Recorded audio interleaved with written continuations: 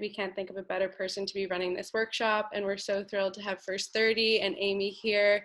So without further ado, I'm going to hand it off to you, Amy, to get things started. Great. Thank you so much, Caroline. I'm really pleased to be here, and all the posts that I've put up talking about your programming and what Lighthouse Labs is doing. It's always great to work with other organizations who support people through the life cycle of their career, and not only when they're specifically engaging with the paid content that that business offers. So I'm really, really glad to be working with you guys, and really happy with the programming you're offering people, especially at this time. So today, of course, we're going to talk about taking control of your career, which is so incredibly important. And one thing that I say about this topic is that I'm so glad you've all decided to join, because when you can have a great career without kind of driving it and leading it and doing all these things. But what you'll never know if you don't give it a try and think about how to take control of your career. For one thing, I think it will affect your well-being, because you're on someone else's journey that they're setting up for you and not creating your own. But the other is that you never know what you're missing if you don't kind of take the lead in your own career. So I would think about that as we're going through this. You can take or leave whatever works or doesn't work for you. This is a proven approach. And I know, of course, maybe not other people haven't taken the exact approaches that I'm going to talk about today, but the ones that have even taken bits and pieces of this, I find that they get to that next level. They're more successful, they're happier, and more at ease with where they've gone, and they don't feel like they're missing out. So first of all, Caroline talked a bit about this, but what qualifies me as a subject matter expert? I have written and researched about this topic extensively. As Caroline mentioned, the title's a bit of a mouthful, A Spark in the Dark, Illuminating Your Path to a Brilliant Career in a Reorg World. So I spent many years researching that book, and I spoke to so many people about their careers. I spoke to so many people during periods of flux, and of course, once they've landed in new roles and how they've managed things. So I really put a lot of dedicated effort into learning about how to advise people on managing a successful career. You'll see that if you go to my LinkedIn and to the First 30 site, I've started posting articles there as well, that I've written a lot about these topics. I've also, of course, launched First 30, and First 30 is a B2B business where I work with primarily HR departments on their onboarding efforts and their outplacement. So when they lay off team members, they will go through the First 30 program, which is an online platform. There's webinars, there's resume reviews, all that great stuff, and it's all virtual. So especially this day and age, it can be really helpful for people to have a program like this that they can access from anywhere. I have lived this reorg world. So, and I'm sure many of you today are thinking, yeah, Amy, I'm living it too. You might not have thought to kind of put it in that frame of, but I've lived this. So when I started my career in the UK working for Unilever, that business went through a mass restructure. And anyone who knows that business knows that it's kind of like one of those old established businesses. So some of the brands they have, Dove, for instance, and Axe are their brands. So you know that these are long-term brands that they work on. So they went through a restructure, huge restructure when I was there, and then I call it an echo restructure, which businesses normally go through. Rogers, I went through numerous restructures. My job wasn't always affected in the sense that I lost my job, but my job was always affected from the sense that I changed positions or I changed leadership, and that was hard as well. And then, of course, in 2012, I lost my job at Rogers, and that was a huge hit. It was a hard hit. Fortunately, I got another job right away. But in my personal life, and so on the top there, and we all have this, so this is one example, but my personal life was playing out. I had one child and then another child right before I got laid off. I then got laid off, and I knew I was in a marriage that was ending. That marriage ended. So that again adds a lot of financial stress on a person. I was a single mom. And then I went to other organizations. Again, they went through changes. By that time, I was on the leadership team. So I was in charge of kind of supporting people and the organization through those changes. I then left the corporate world, wrote A Spark in the Dark, and launched First 30. So I've been very intentional about my career. Of course, there's been bumps along the way, both in my professional life and my personal life. And we all feel this. And this is why I know how incredibly important it is to take control, even when it feels like the world around us is out of control. So when I think about the reorg world and the world we're living in right now, I love this quote, and it's at the beginning of my book. I'm not lost, for I know where I am, but however, where I am may be lost. And of course, one of my favorite stories, Winnie the Pooh. But we really need to think about the fact that we are living in this very, very different professional landscape. So many things remain the same, but so many things have changed. And what that means to us is that we really have to pay attention to who we take advice from and where we look for our direction. So for some of us, our parents, with all the very best intentions, may actually give us bad advice because they don't know what we're going through. And by telling us to work hard, to show up, to be positive, to ingratiate ourselves to people, that may not be enough to help us, because no matter how hard we work, how many hours we put in, that doesn't keep us secure in an organization. So I am always advising people to be very, very careful of where they take their professional advice from. And I will tell you right now that, you know, when I told my parents that I was going to start a business and go off and write a book, you know, they freaked out because they weren't sure that that would offer me the security that I needed for their grandchildren. But it's a new world, and there's so many people, you know, I don't know how many of you plan on becoming entrepreneurs, but that in some ways can be a more stable situation than working for a large company nowadays. I didn't want to continue without acknowledging that, of course, we're now in a COVID world, and this has fundamentally changed the way we will work forever. I don't know that we're ever going back to the old way of being. And that will mean, I don't talk about it in this session, but when we're thinking about managing our careers and networking and looking for work, we really have to consider what everyone else is going through. And if they are, you know, we might reach out to them and we don't hear back and we get upset, and, you know, but everybody is having a hard time right now. I don't know many people who aren't having a hard time, whether it's their mental health, whether it's managing children at home and trying to work, whether it's fear of, you know, they don't have job security and they're fearful about that. Everyone has their own set of issues right now. And I always like to think about that and that through, you know, when I'm reaching out to people or when I'm doing business or when I'm giving these presentations, think about the fact that we're not okay. And that's something we really have to think about. So it's not just about switching jobs nowadays. It's also about the fact that we're going to have multiple careers over our lifetime. And maybe some of you have gone through this where you've switched careers and you've switched professions. I have certainly done it a couple of times, and that is going to be the new norm.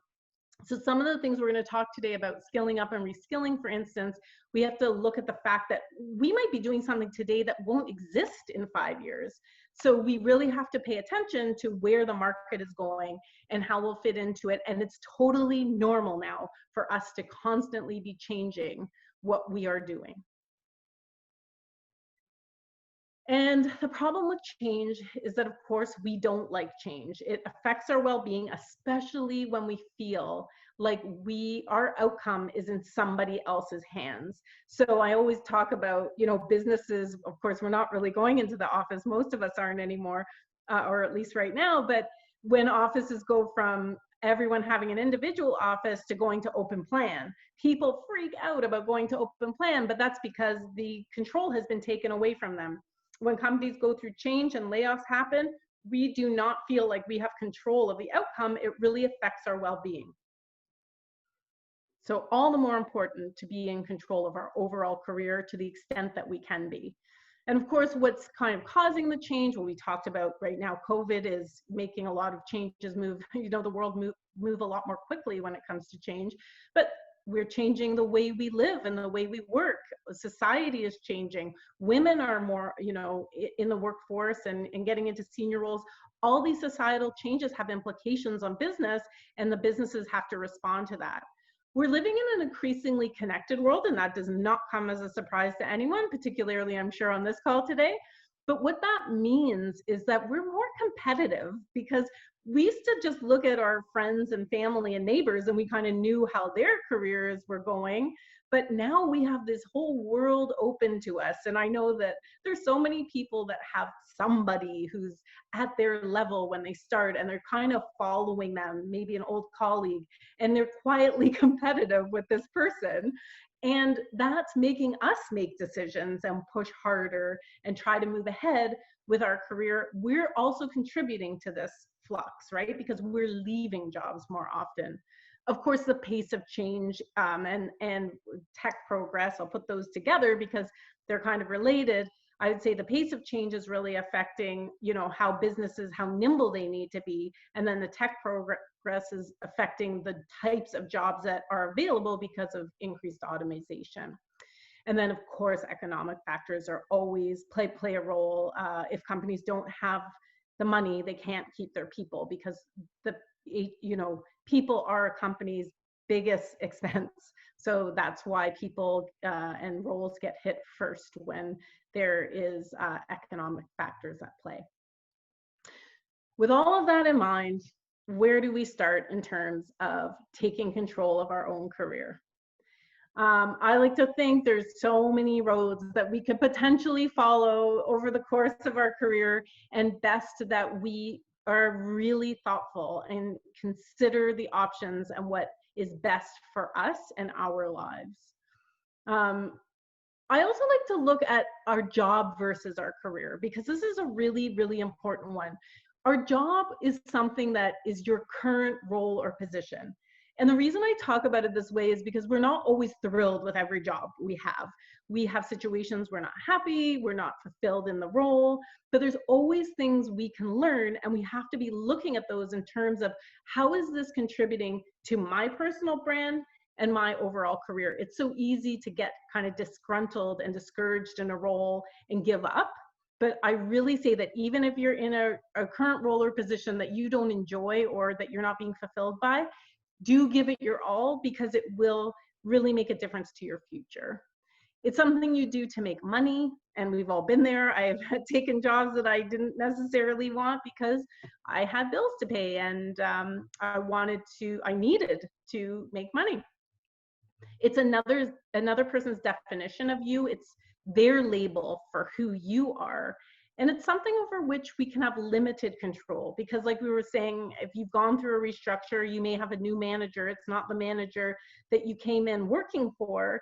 So you don't have a lot of control over what happens. You don't have a lot of control about how a business manages their finances unless you're on the finance team. So you can't really, it's difficult because you don't necessarily have control over what will happen to your role within the company, and it's temporary, and that's important to remember. So if you're ever finding yourself in a situation, that you're not happy with, this too shall pass, in the same way that everything that's come along with COVID will change. The world obviously has fundamentally changed, but this will pass as well. So your career is your life's work. It's something that you do to achieve greatness in a field or an industry, and it's how you look at yourself. It's your label for you, and it's your definition of yourself. And it's something over which, while we may not feel like this every single day, that you have significant control over, and it is permanent. So always, and we're going to go through this during this hour, but we'll talk about how to figure out what your career should be, and then kind of aim towards that, so that whenever you're in the situation where you're like, I'm in the wrong place, this isn't right for me, that it will get you through each day, because you can kind of look at the horizon and know what's coming. The other thing is that when we're looking at managing our career and the control we have over it, I touched on this a little bit before, but people seem to think that, you know, expertise, strong work ethic, competence, and commitment are what are going to propel us forward.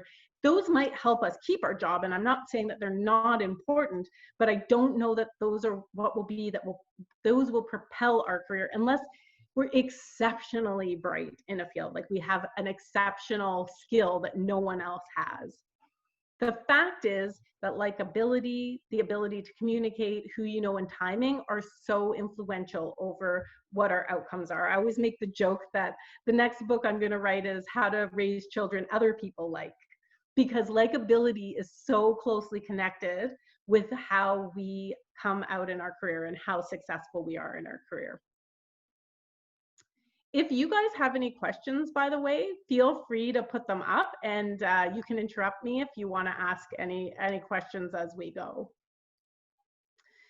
So the very first thing in terms of taking control is it starts with you and who you are and knowing yourself and reaching within yourself and finding that power from within. Because if you don't have that strength within you, it's going to be really hard to succeed in life, because life is tough, right? So I always like to start here. I like to start with you, who you are, and what you convey to the world.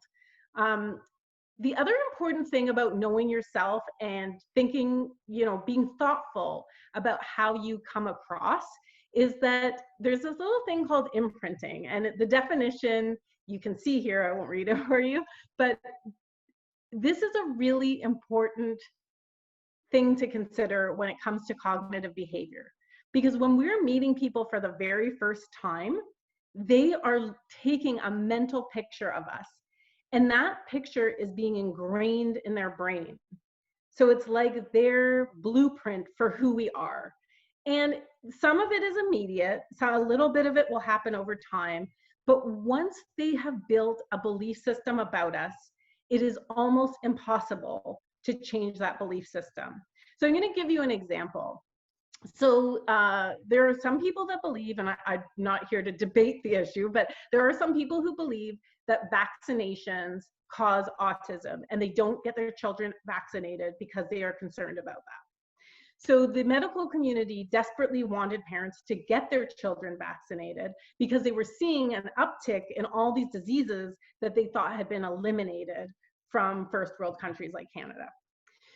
So they went to market with this advertising campaign talking about the fact that there is no empirical evidence to support the fact or the belief that vaccinations cause autism.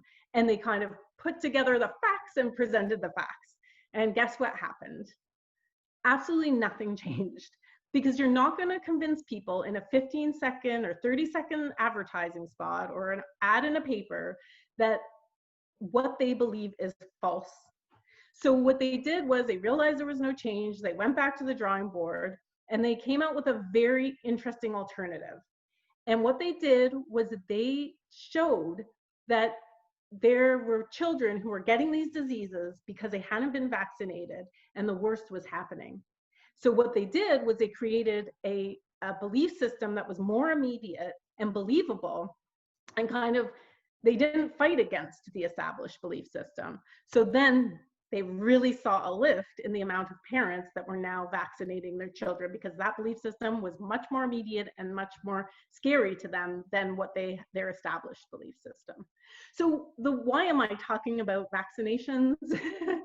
It's important because people build belief systems about us. They're going to build a belief system about you. And once they have that belief system established, it's going to be very hard to change their mind.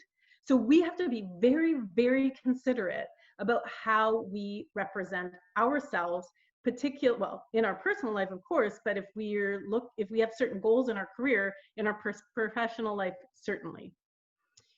In the book, I talk about an exercise. It's called Illuminate, and it's all about who you are and figuring that out, because it's not always obvious to us exactly who we are, what we want to be, what we want people saying about us when we leave the room. So it really helps guide you to help you figure out who you are and what you want to convey to the world. And the very first thing you do is you start with your purpose statement. what is your purpose, whether it's in your life or your career. If you can tie them together, that's even better. So my purpose is enabling the success of other people's careers. And that is my entire life's purpose. And then I came up with, and I talk to people about this, coming up with your 3 identifiers. So what do you want the 3 things people to say about you when you leave the room, when you leave a job and move on to another one, when you graduate from school and they're recalling you? What are those 3 things? And we should make those 3 things achievable. So if you're incredibly disorganized and you have problems with anxiety and there's all these, you're very flustered all the time, trying to make one of your identifiers poise is going to be very difficult in the short term, but it's achievable over time if you start somewhere that's a little bit simpler. For instance, you could say, you know what, I want to be calm. So known for being calm. And you can start there and then build from that over time. I think that's a great starting place. So they can be things that you want to become, but you're not necessarily 100% there. You may be 60% there. And then it's really important to think about, how do I not want to be known? And what do I not want people saying about me, whether it's in person, whether it's on social media, and really, really think about what those things are. The other thing that I recommend people do is ask your friends what they think of you, our close relatives and people you trust, or old colleagues. What do they think about who you are and what your purpose should be, or what your identifiers are?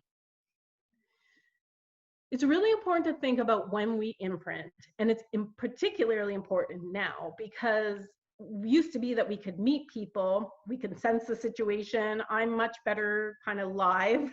I can read people's body language, and that really helps me understand how to react to them, how to build rapport.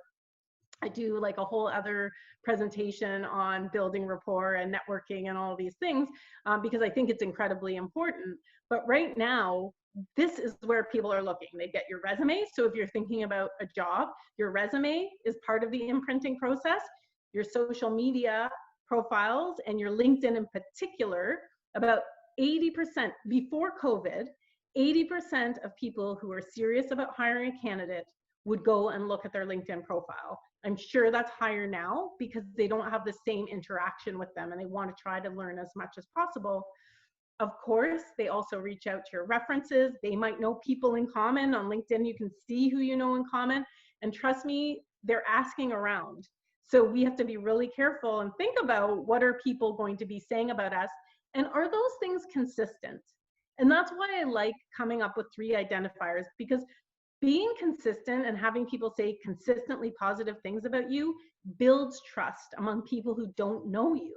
Because of course, when they hear the same thing repeated again and again, they're like, okay, I've got this person, like these 3 people have all said the same thing about this person. That must be what they're like. When we leave this call, I think that all of you should go Google yourself if you haven't already.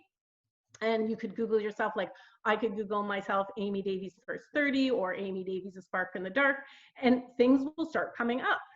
And we don't want anything to be coming up that's unanticipated. And it might surprise us what we see.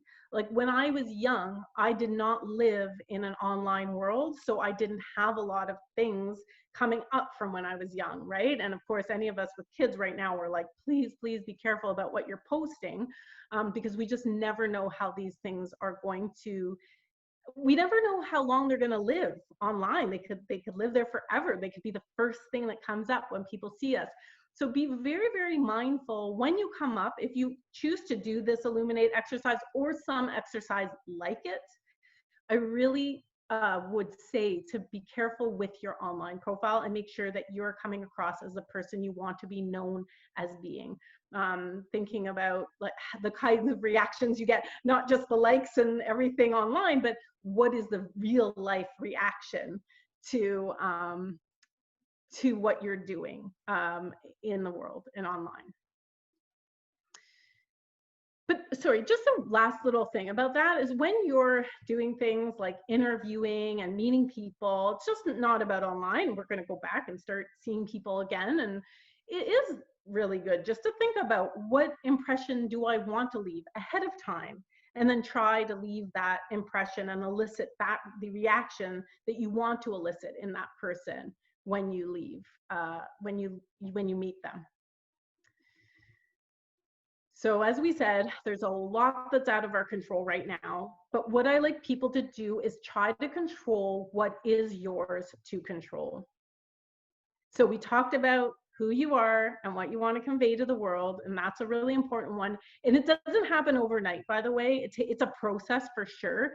It can take weeks and months to really get, nail it down. But I think once you start thinking about it, that's when the journey and process really begins, and you'll already be more thoughtful about it. This is a kind of interesting one, but we don't always, because right now there's a lot of people displaced in the workplace, but once we get back to work and once we have a situation where we can do it, or if we can do it today, this is Gail Vaz-Oxlade. She is absolutely a hero of mine. I, well, quote unquote, met her.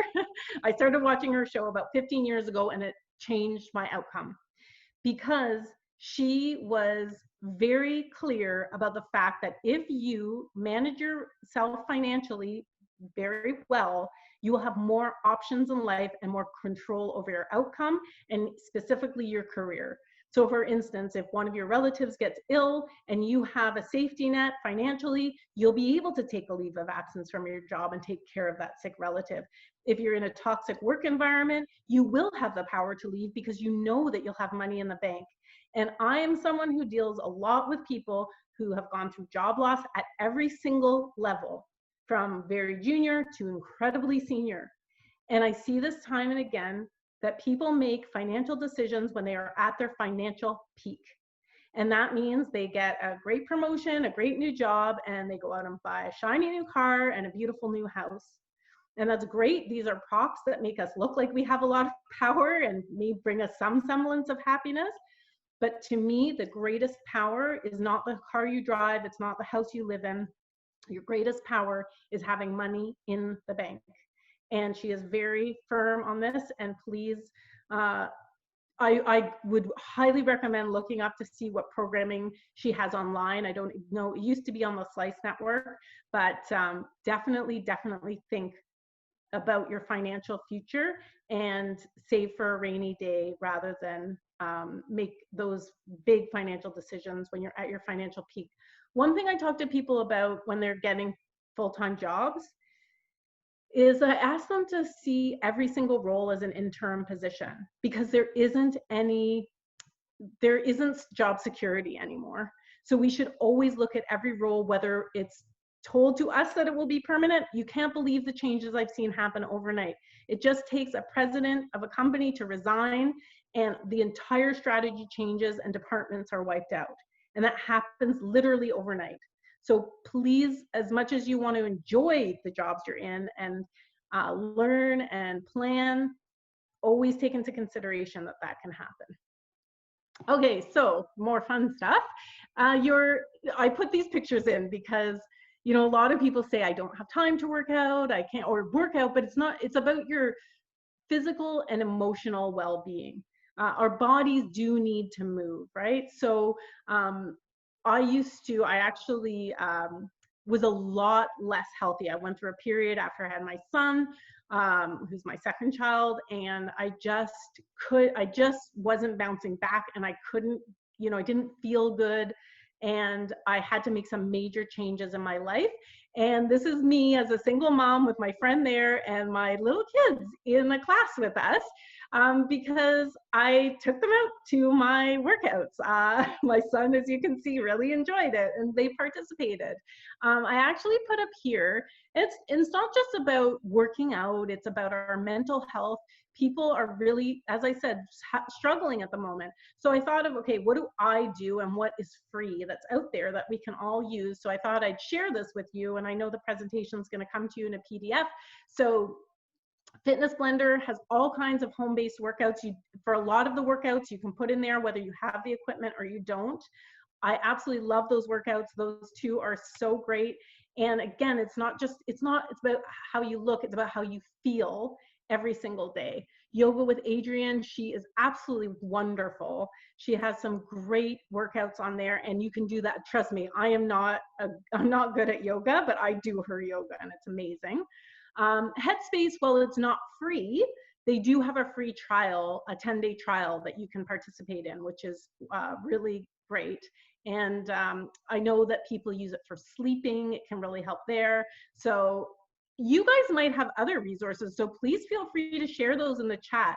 I love resources that are free for people, so if you have things that you use, please feel free to add them to the chat so that everyone can benefit. You also have a choice about what you do. Not always, right? Because some of us, like me, I have kids and I have to dedicate some time to them, and we have jobs, so we have to work. But we have other times where we can choose what we do with our time, the activities we choose to participate in, the people we choose to surround ourselves with. You know, think about who your friends are and if they're feeding you and if they're not, and what experiences you draw energy from and which take your energy, and really try to make any changes that you need to make to do the things that feed you. And of course, there's certain people that we will have in our lives that, you know, like a sibling, you know, I love my brother, but he doesn't feed me every day. But it's all about finding the people and things that we draw energy from and we enjoy doing and that will add value to our lives. And we do have control somewhat over those types of things. I'm just gonna take a quick drink of water if anyone has questions, and I'm doing a little time check out of the corner of my eye.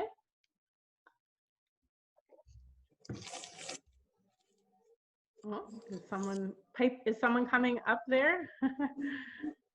No. There was just a resource put in the chat. Oh, that's great. Okay, perfect. I'll look forward to checking that out too. Okay, so make a plan.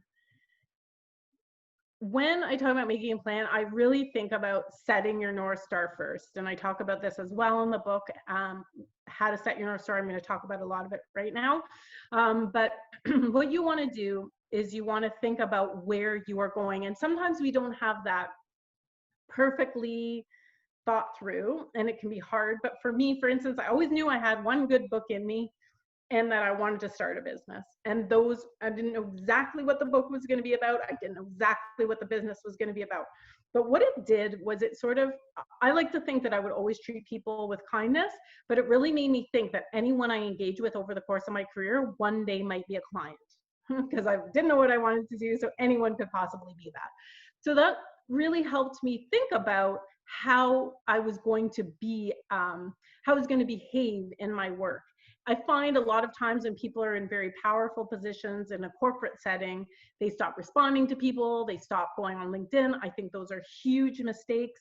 But I always knew to keep engaging on LinkedIn, to keep my network up, because one day I was not going to have the security blanket of the corporate world. So think about, you know, in theory, what you want to do. And here's one way to get started with thinking about what your North Star could be. And it could be 2 years from now, it could be 5 years, it could be 10 years. But I really like people to think about what you enjoy doing and what you're good at. And I find that there's a lot of people that I know that only thought about those two things. And if you only have those two things, that's what I would call a hobby, because we need to do professionally something that will also make us money. Because as I said before, there's a power in being financially secure, and we need money to survive. So whatever we love to do and we're good at that we can't make money at, we can certainly do that in our free time. But thinking through what your North Star is, I would take it these three and then start by looking in the middle there, and really starting there. I find when I ask people about their future, they tell me all about, I want to take a holiday here, I want to live in this neighborhood. You know, those are great things to think about, but have you really thought about what you want to be doing and what will get you excited about getting out of bed on a Tuesday in November, right? And that is where you should really start thinking, because I absolutely love what I do. And I wake up excited about creating content. I wake up excited about running webinars like this one, putting together presentations. So you have something like that too. What is it for you that's going to really get you excited about getting up, getting dressed, and walking out the door on a Tuesday? I'm a huge believer in setting achievable goals. Every year, I don't have resolutions, but I definitely set goals every year. In 2013, it was my Get Fit, Stay Fit year. Of course, in 2018 was to start writing my book. 2019 was to publish it. Then I was getting First 30 off the ground. So every year I had achievable goals. And when I talk to people about setting goals, one thing that is so important in setting your goals, and it's hard to do because we just want to think about the goal being achieved, right? But when you set your goals, write down the list of things that are going to prevent you from achieving that goal. So I know there's the list of 5 here, but even if you had one goal for the year, I set one achievable goal. Go through all the barriers. So my 2013 Get Fit, Stay Fit year, some of the barriers would have been the cost of a gym membership, the time that it takes to get to the gym, not having time, period, to work out. So I committed to waking up an hour earlier most days, not every day, most days. I committed to finding programs like Fitness Blender that I could do at home that were free. And I took my children with me if I could go to boot camp or the gym one day. And I found people who were accepting of me bringing my kids with me when I needed to. So I wrote down the barriers and made a plan to overcome them. So whenever I talk to people about setting goals, it's so easy to just ignore what the barriers can be because you just want to get that goal achieved. But it's so incredibly important because then you will build in the solutions to those barriers and ways to get around them. We're all asking the same questions about what jobs are going to be there and what jobs aren't going to be there. There's an article here that I've referenced that I suggest you take a look at. If you're wondering, I don't know where you are in your career. Some people are, in the beginning, middle, towards the end, but I would really think about, is my job going to be there in 5 to 10 years? And are the skills I have right now the skills I will need in 2 years, 4 years, 5 years? Because we were talking about the pace of change. I know Lighthouse Labs offers wonderful programming for people going into the tech field.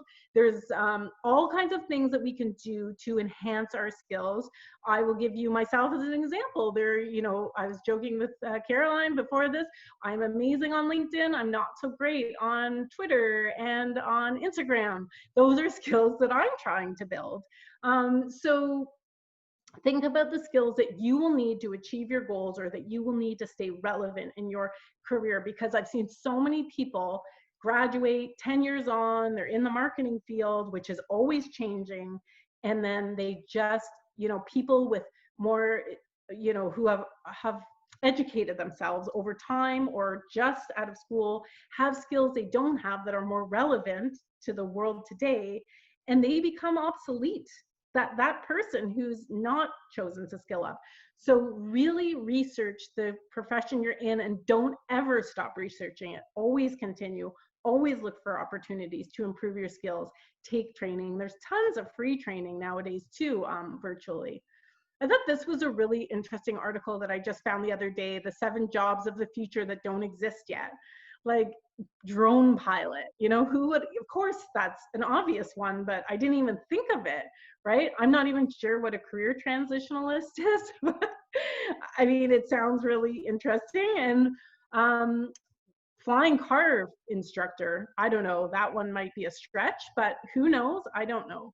The point is, we don't know. So keeping an eye out for what the future holds is it can really help you. And even if you don't obviously take on one of these particular jobs, it might make you think about the role you're in and how that might give you ideas about how that might change as well. I say when we're looking at the jobs that are going to become obsolete, it's the dull, the dirty, and the dangerous. So if you're one of those types of roles, that's the one, those are the types that are going to be automated, because people, as time moves on, are not going to want these jobs, and companies are going to want machines, and organizations are going to want machines to do these jobs, because there is risk with jobs like this, and the dull jobs are the easier ones to automate. So if you're in a job that you would describe as one of these three, that's when I think you really need to start thinking seriously about scaling up and reskilling and thinking about a different career path. I actually have a skilling up checklist that I just thought I'd put in here. I don't think it's anything revolutionary, but keeping in mind, maybe you do need to update these types of skills that are in here.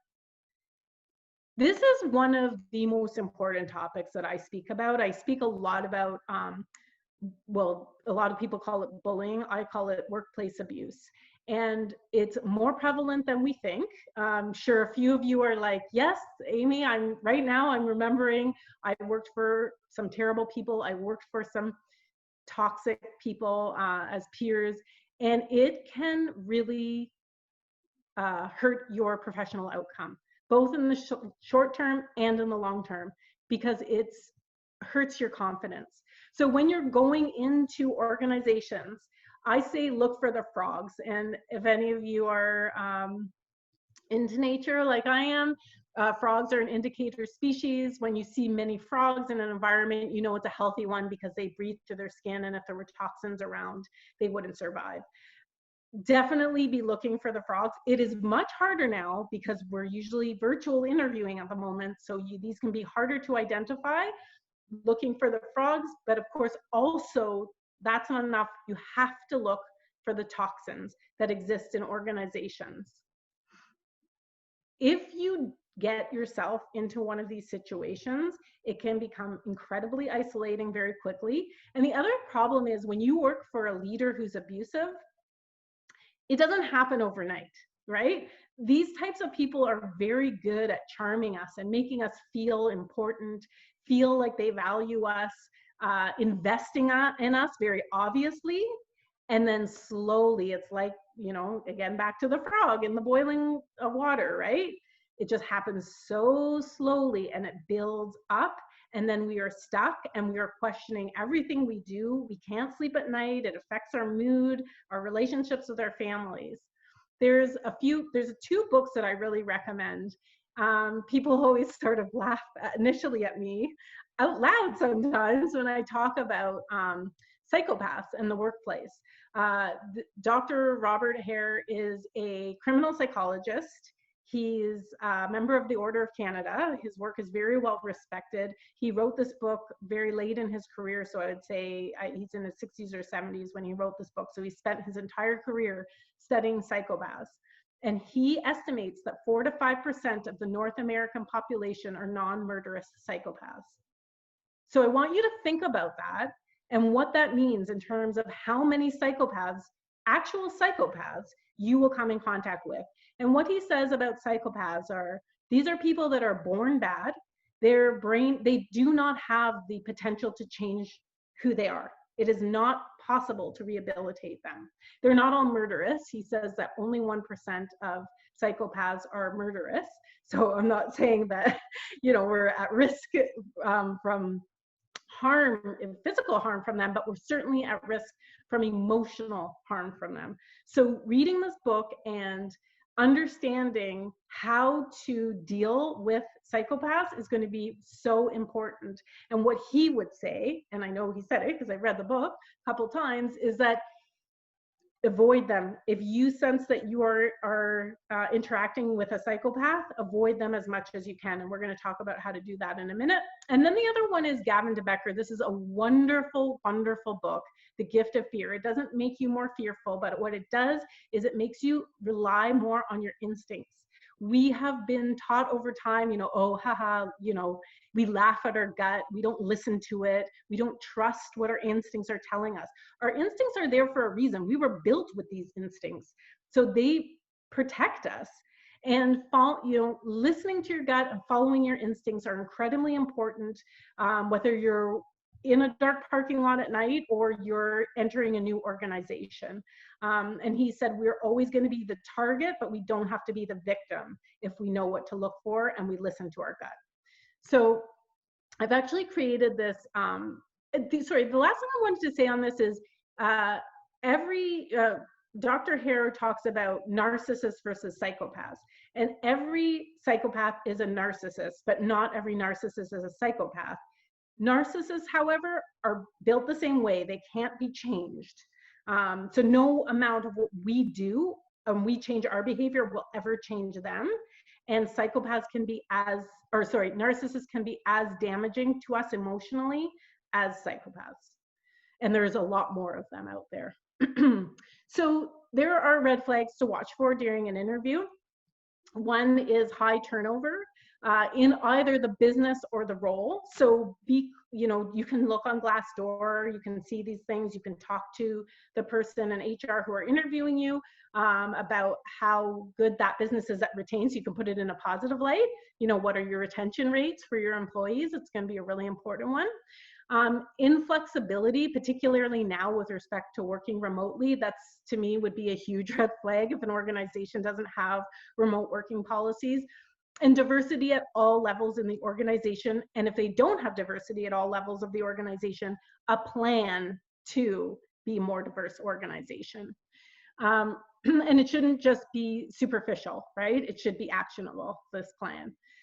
Revealing jokes. So often, and Gavin de Becker talks about this in his book, he really starts listening to his clients when they make a joke like, oh, I might not be here tomorrow, right? Haha. So we make jokes when we want to send a message.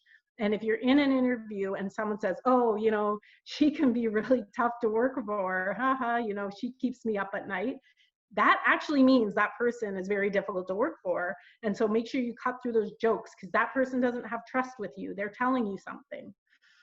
Anytime you're in a job interview and you're exposed to gossip about other team members, past or present, that is a huge red flag. So be very careful about that one. Bad body language is another one. Not making eye contact, someone touching their face, it can be insecurity. Sometimes this isn't about the person being a bad person, but when we're working for a leader, we want them to be a great leader. So this might be one to look at, not necessarily that it's going to be toxic, but they might not be the strongest leader for us. The other one, tardiness, if they don't respect our time, lack of preparation, not looking at our resume. Disengagement when they're interviewing us, like looking at their smartphone while you're speaking, that's rude, right? Like we can't ignore the fact that they're doing that if they're doing it. And the last one, and Gavin de Becker, I'm sure would be very pleased I put this on the list. If you have a bad gut feeling, there is a reason why you have that bad gut feeling. Please listen to it. So the last thing I will say about this, sometimes we need a job. I've been there, I needed money, I needed a job, I had a terrible feeling about the organization, and always, like 100% of the time when I've had a bad feeling, it's come to be a reality for me later. And most of the people I talk to when they interview, if they've had bad gut feelings, they will go into the organization because they'll want to for other reasons, they'll give up looking for another job, and then they miss the opportunity. So if you have to take a job and it's toxic environment, please don't stop looking. You have your resume out there. You started interviewing for other jobs. Don't worry if you quit a weekend. You are right. Something is wrong with that organization if you feel it and all of these things are happening. So please listen to what is the truth about that organization. So wrapping up, know yourself to take control of your career, knowing yourself, controlling what's yours to control, making a plan, skilling up and reskilling over time, and avoiding toxic people in workplaces are all so incredibly important to kind of having command over your own outcome. That's really it, but I wanted to let you know that if you want to connect with me, you can definitely do that. I'm on primarily, as you now know, my best skills are with LinkedIn. So you can either connect with me, you can connect on LinkedIn with First 30. I actually run a little First 30 community where I post about events like this that I'm participating in, free events, free webinars that First 30 is running. I'm on First 30 is on Instagram, Twitter, and Facebook, which we do update. It's just not our primary place where we add content and things like that. There's also a way to join the First 30 mailing list. I don't reach out to people all the time. It's usually once a week to let them know that these types of free events are coming up. I run a lot of webinars. I have guests come in and run webinars. I've got all kinds of recordings from previous webinars. So if you sign up for that mailing list, you can go to first30ready.com. What I'd ask you to do is scroll down. Of course, First 30 is a business-to-business organization, so we don't have demos or anything like that for individuals. So click on join our mailing list, and that will get you into our First 30 user mailing list. If you click on demo, my team's going to start reaching out, and it will be a misuse of everyone's time. So click on join our mailing list, and you will be automatically added to that. And I wanted to leave by saying, you know, there's so many different paths we can choose. There's so many people that I look at and I aspire to be like. But the most important thing when it comes to our career and taking control of our career and our outcome is being your own hero. And anyone who knows the band Rush and Neil Peart would know, may have heard this before, but he said, you know, so many people are always looking to him, and they were telling him that he was their hero, and he would look at them and say, well, be your own hero. Don't look to me for that. Look to you. Look within yourself. And hopefully some of the things we've talked about today will help that. Maybe you're already there, which is amazing. But I really hope that this presentation helps you, and I really wish you all the best with your career. And I forgot to mention that the audio edition of A Spark in the Dark is coming out in September, so you can look out for that as well. A lot of what I talked about is in there, plus some added, obviously a little bit more. But you have to like my voice to get it, because I read. So if you didn't like my voice during the session, definitely don't get the book, because you won't enjoy it. But anyway, thanks for your time, and I hope that helped. And Caroline, let me know if there's any questions that I can answer for anybody. Yeah, we just got a few thank yous in the chat. And I definitely will be sending out your contact information that you shared in our follow-up, Sure. as well as a recording. And there's just one question here. What does it mean to look for the frogs? What are you looking for? Well, it's harder now, of course, because we're not walking into organizations right now. So if you are physically walking into an organization, looking at the environment that they've created there, and also looking at how the people carry themselves, right? Do they kind of shuffle around with their shoulders hunched, and they look kind of tired and like they don't want to be there? Is one way. But also asking people what they think of working for that organization, trying to connect with people you know that might have worked for that organization. LinkedIn makes it so easy, right, for us to check. And Glassdoor holds a lot of, if anyone hasn't ever looked at Glassdoor, it's just glassdoor.com, and you can register. And you can look at how well organizations or poorly they're rated. And those ratings are meaningful. And they rate them on different elements like pay, culture, all these different things. So go look at Glassdoor and do your research, right? Because now you're not walking into the organization, but maybe the people that are interviewing you in HR could send you pictures of the office that you'd be working in, and you can see how thoughtfully they've designed the space, or asking them about things like hours, right? Are people getting contacted always on their own time on the weekends? Do they give you time to take care of yourself? And what are the benefits that they offer or don't offer, right? So look for those sorts of things. And we just had someone in the chat say that Indeed Reviews has info on companies as well. So that's really great. That is very helpful. Another question. You made some really good points on how critical it is to manage our reputations and our relationships. I'm curious to know what advice you would give to someone who needs to rebuild their reputation. It really depends on where you need to rebuild your reputation. So I can give you an example from my own life. So I was known as a market research person, and there's no, this isn't something I guess I've done wrong or done right. It's pretty ambiguous, but I was known as a market research person, but I wanted to be known as a career person. You don't have to go to the length of writing a book. I went to the length of writing a book, but what I did was I started posting more about being managing a career and having a successful career and sharing articles and that sort of thing. So I started sharing articles and building posts that were in line with that. Even when I was working as a market researcher, I started that blog all about being a great networker. So that was a stepping stone to that.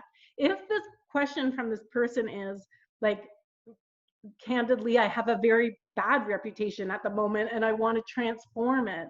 Well, start proving yourself to people. Do things like reach out to them. If you've made mistakes, apologize for those mistakes. People are always taken aback by an apology.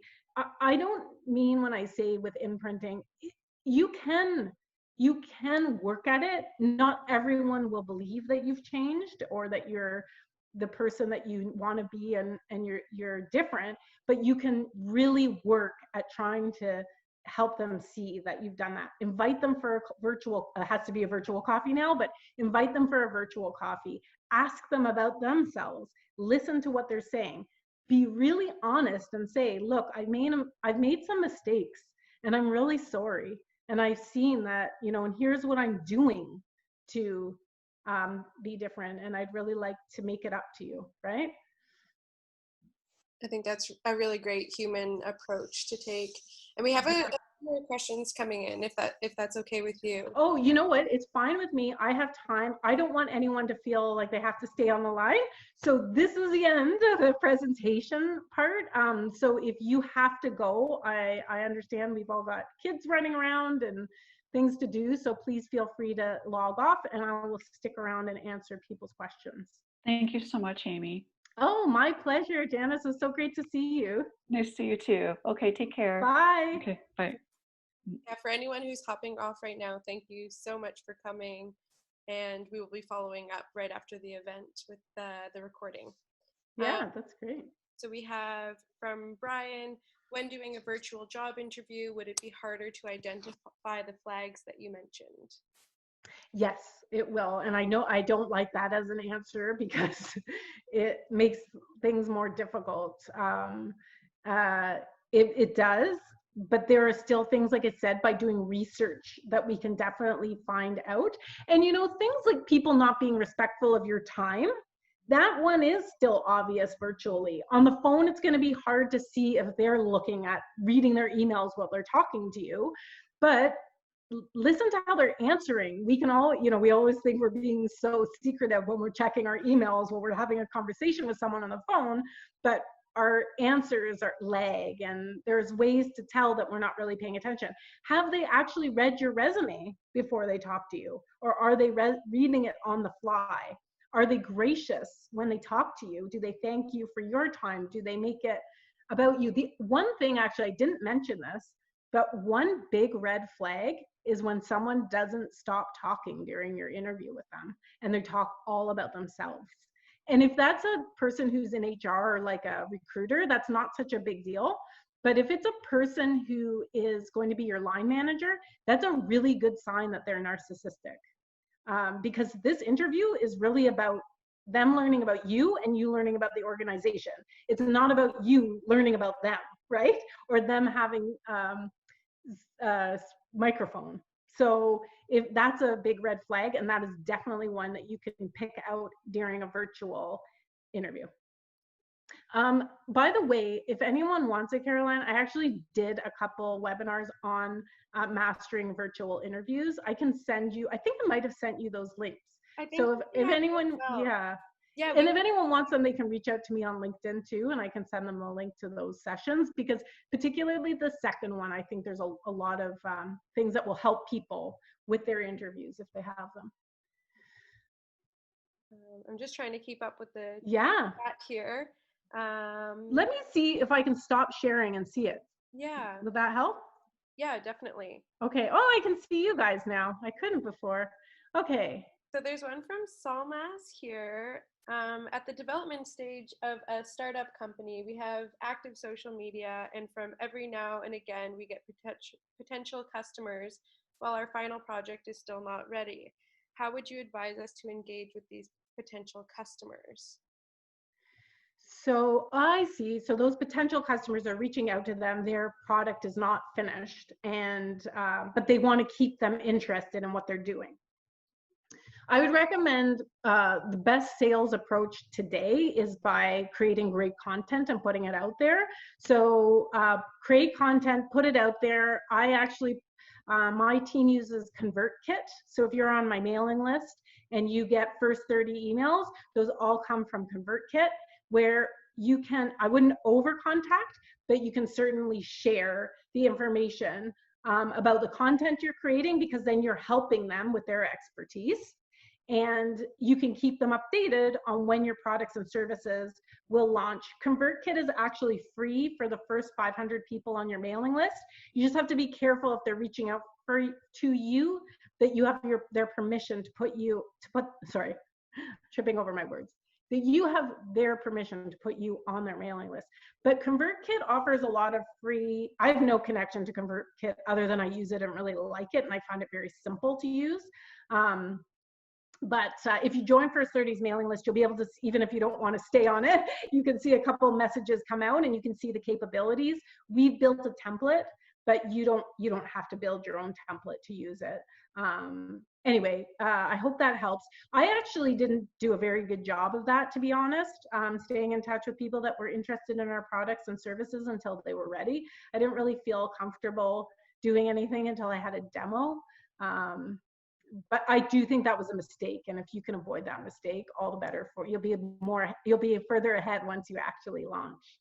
And actually, the last thing I'll say is, again, I have no connection with him other than I've used his services before. I have a great coach who is a sales coach. I never would have thought to use him, but I just by happen chance met him through a friend, and I love him. His name's Robert Weese, W-E-E-S-E. And I would recommend his services to any startup. He's amazing. It really is amazing. Oh, you know what? I'm supposed to be reading the chat, aren't I? I don't know where, at the development stage, Tracy, I would be interested to know some of your suggestions for finding tools for reskilling and webinars. A lot of people are actually starting on LinkedIn to find information. The other thing you could do is, because I don't know what kind of tools you need in the reskilling webinars you need, if you have a strong, or you can go on Facebook and find Facebook groups on all different topics, and you can put your questions out to them. You can also go on LinkedIn and you could write, does anyone know a great place to find whatever it is? And you can find those. If you have a budget, you don't have to clarify that, but if you don't have a budget, I would clarify free, because then you'll have all these different people reaching out to you, or different organizations with paid services. Reskilling and upskilling, if you're in. That was you. There's another similar question from Earl, explaining how career in tech is evolving rapidly. Are there good tools on how to assess your skills and choose a better career road path? We know one, Caroline, don't we? Yeah, so Earl, what I would recommend if you are interested in a career in technology, that's sort of what Lighthouse Labs specializes in. So if web development or some sort of tech adjacent role is of interest to you, I definitely suggest submitting an application. It's free, and then we can talk to you about all the different career paths that can sort of set you on. And like I said in my earlier message, we do have a full-time career services team that can sort of help set you on your way. And the admissions team is really great to help you assess whether that type of career is right for you. So you can reach out to us with the email that I put just above your message there. But I'm sure you have some other suggestions as well, Amy. Well, Jobtimize is another good one, right? So do you have on hand the website address for that one?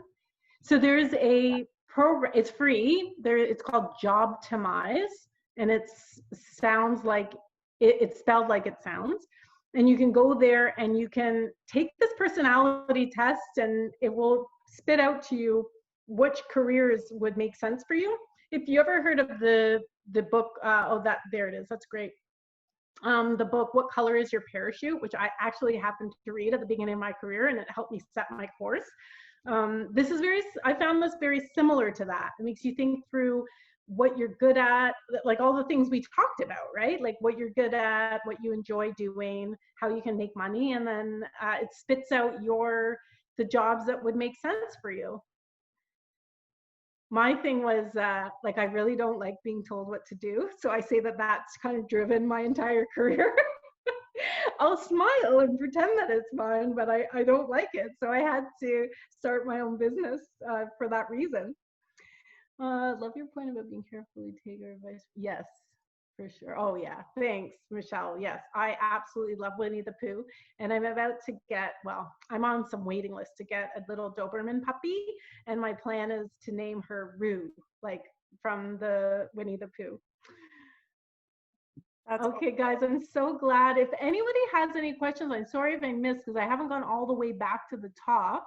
I think you but I think you were following them.